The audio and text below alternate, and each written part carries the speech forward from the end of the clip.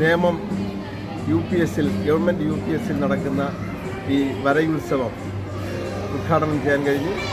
അവിടെ എനിക്ക് തോന്നിയ ഒരു സവിശേഷമായ ഒരു കാര്യം, നമ്മുടെ കുഞ്ഞുങ്ങളിൽ ഈ പഠനത്തോടൊപ്പം മറ്റ് കലകൾ എങ്ങനെയാണ് അവരുടെ മനസ്സിലേക്ക് എത്തിക്കാൻ സാധ്യമാവുക എന്നുള്ളത് ഉറക്കെ ചിന്തിക്കുകയും അത് വളരെ നന്നായി ഒരു സവിശേഷമായ രീതിയിൽ തന്നെ അത് ആവിഷ്കരിക്കുകയും ചെയ്തിരിക്കുന്നു എന്നുള്ളതാണ് ഏറ്റവും പ്രധാനപ്പെട്ട ഒരു കാര്യം.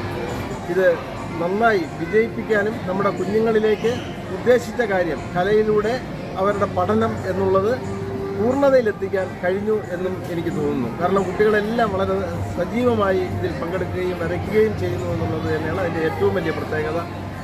കഥ ഉത്സവത്തിന് ശേഷം നമ്മളിന്ന് വരയുത്സവത്തിലേക്ക് എത്തി.